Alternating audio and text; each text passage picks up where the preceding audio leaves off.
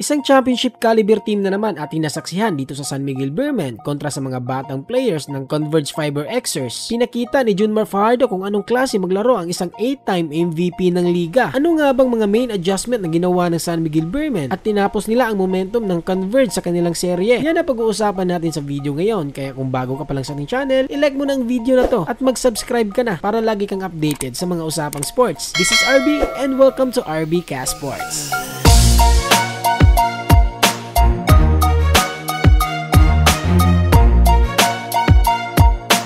So napakagandang laban ang ating nasaksihan dito sa Game 5 sa pagitan ng San Miguel Beermen kontra sa mga batang players ng Converge Fiber Xers. Grabe ang pinakita ng Converge dito. From first quarter to third quarter, talagang napanatili nila ang kanilang lamang. Pero yun nga lang, fourth quarter, talagang nangibabaw dito ang isang eksperyensyadong team kagaya nitong SMB. So ano nga bang main adjustment na ginawa ng San Miguel Beermen para talunin itong mga batang players ng Fiber Xers? Isa sa mga main adjustment na ginawa ng coaching staff dito sa San Miguel is yung depensa nila. Doon talaga nag-focus ang San Miguel Beer. Makikita natin yan kasi nung Game 4, binigyan ng San Miguel Beermen ang Converge ng 29 points sa fast break points. Pero dito sa Game 5, dahil sa kanilang matinding depensa, nabigyan na nila ng 7 points sa fast break points itong Converge. Napakalayo dun sa 29 points noong Game 4 na yun ang isa sa mga dahilan bakit sila natalo noong Game 4. Isa sa mga magandang adjustment na ginawa ng San Miguel Beermen is dito nga tungkol sa kanilang import, kasi nga napakapangit naman talaga ng performance ni Anosike nung laro nila nung Game 4. Kahit sabihin nating binuhat niya ang San Miguel Beermen sa kanyang 35 points last game, napakapangit talaga ng kanyang shooting, 9 out of 21, kaya meron lang siyang 42.9%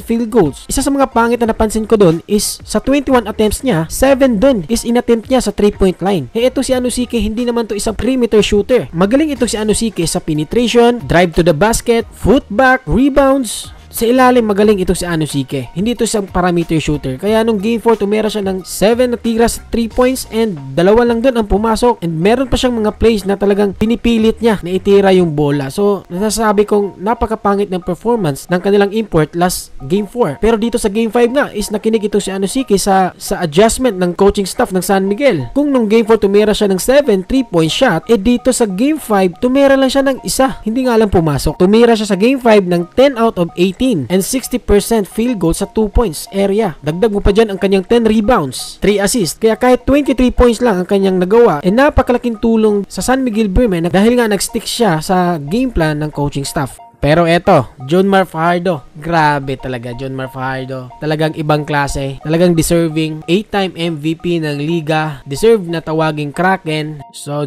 Junmar Fajardo, no question about it. Hands up, napakagaling. Grabe ang ginawa mo sa iyong team. Imagine mo talagang literal na binuhat niya ang San Miguel Beermen sa kanyang 40 points, 24 rebounds. Grabe. Di mapigilan si Junmar Fajardo. Parang easy na lang talaga sa kanya sa ilalim. Kahit kita natin pagod na ang isang Junmar Fajardo, pero talagang gusto niya pa talagang ma-extend dito sa Governor's Cup. Imagine, kahit natalo sila nung Game 4, ang performance ni Junmar talagang consistent pa din. Nung Game 4, tumira siya ng 8 out of 12, 66.7% field goals, 8 out of 11 sa 2-point area, 20 rebounds. Imagine mo, Game 4, 20 rebounds, 4 assists. Pero dito sa Game 5, talagang dinoble pa niya ang kanyang effort. Binuhos niya talaga ang lahat ng gas na natitira sa kanyang dibdib, talagang all out na. Wala nang bukas para kay Junmar Fajardo, and talagang nasaksihan natin kung gaano nga kagaling ang isang 8-time MVP ng liga. Junmar Fajardo, tumera siya ng 15 out of 27, 55.6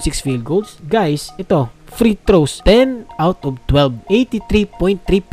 Grabe guys, 24 rebounds, may assist pa, may 4 na assist pa, kaya total 40 points. Ang galing.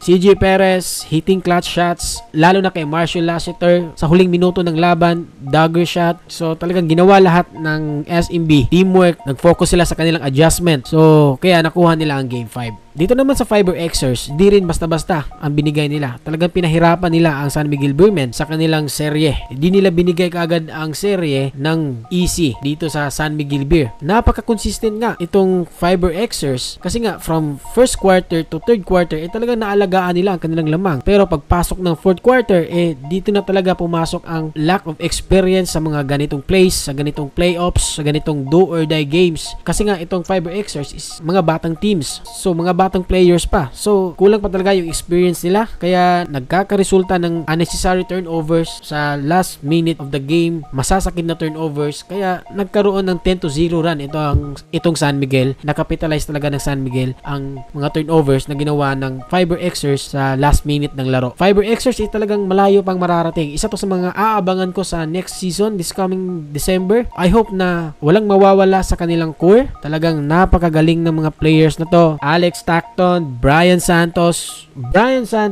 grabe guys. 5 out of 9 sa 3-point line, 55.6%, and yung mga 3 points niya is talagang big shot after big shot. Kita nyo naman siya ang pumatay nung Game 4 sa San Miguel sa kanyang back-to-back 3 points. Talagang ginalingan pa niya sa Game 5 pero hindi nga lang enough. Alex Cabagnot, wow, Alex Cabagnot is a 41 years old. Napakagaling. Hindi rin natin talaga makakaila na talagang may fatigue factor na sa huling minuto ng laro. Winston, napakagaling. Pero nga lang, dito sa Game 5, talagang yung depensa is nakafocus sa kanya. Yung Game 4 is gumawa siya ng 26 points. Pero dito sa Game 5, nag-score lang siya ng 8 points. 8 points. Imagine niyo, 8 points lang nagawa niya for 40 minutes of play. So, yun.